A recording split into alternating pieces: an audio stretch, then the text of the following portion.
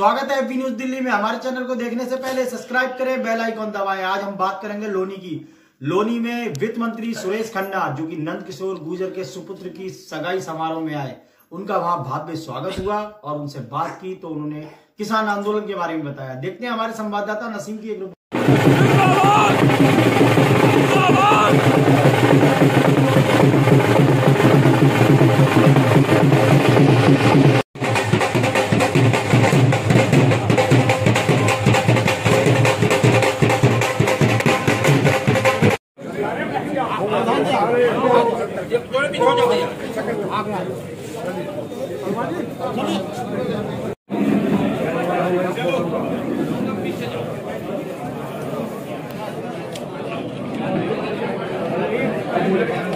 सरकार ने कई बार इस बात के लिए कहा है और बार बार इसी बात को कह रही है कि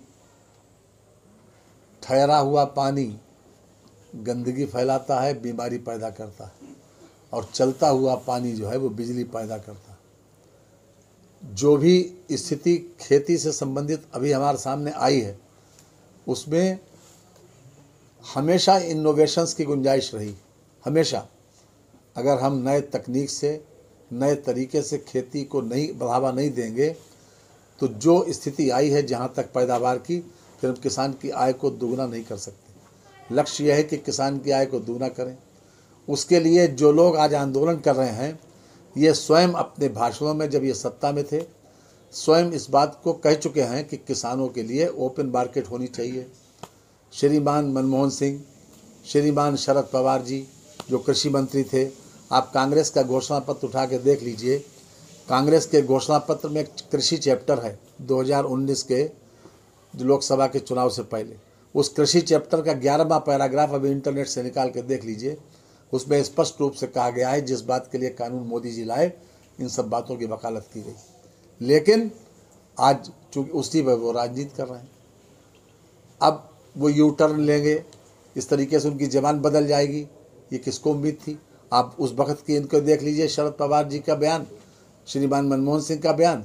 माननीय प्रधानमंत्री जी ने इसको ओपनली लोकसभा में और राज्यसभा में विशेष रूप से इस बात को इंगित भी किया। लेकिन अब उसी के ऊपर राजनीति हो रही, क्योंकि कोई मुद्दा तो है नहीं। इसलिए किसानों को ये भ्रमित किया जा रहा है, किसानों को गुमराह करके इस प्रकार ये स्थिति पैदा की गई। किसी भी प्रकार से कोई भी कानून ऐसा नहीं है जो किसानों के हित में न हो, उनको खुली बाजार दी गई। साथ ही साथ बिना तकनीक के कहीं पर भी कोई भी तरक्की नहीं हो सकती। हिंदुस्तान और जापान एक साथ सेकेंड वर्ल्ड वॉर में जापान बर्बाद होने के बाद आगे बढ़ा। हिंदुस्तान तकनीकी क्षेत्र में पीछे रहा, इसलिए आज अंडर डेवलप्ड कंट्री है। जापान तकनीकी क्षेत्र में आगे निकल गया, इसलिए डेवलप्ड कंट्री। लेकिन आज हम अपने नेतृत्व पर पूरा भरोसा करते हैं।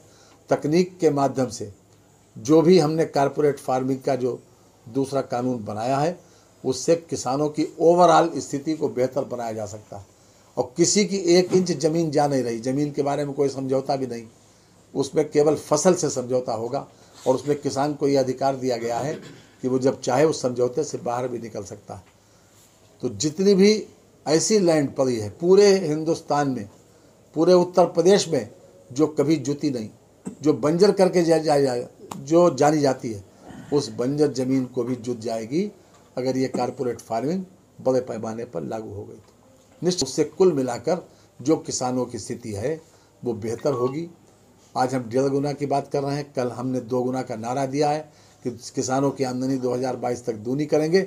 उसी दिशा में सारे कदम ये हैं और इसका स्वागत करना चाहिए। उन लोगों को कम से कम ज़रूर स्वागत करना चाहिए जो पहले इसकी वकालत कर चुके हैं। 26 जनवरी को जो कुछ हुआ वो बहुत दुर्भाग्यपूर्ण है। हमारे राष्ट्रीय झंडे का अपमान नहीं होना चाहिए था। जिस प्रकार से वहाँ हिंसा हुई वो नहीं होनी चाहिए थी। लेकिन जो आरोप हैं ये बिल्कुल मिथ्या, बेबुनियाद हैं, इसमें कोई दम नहीं है।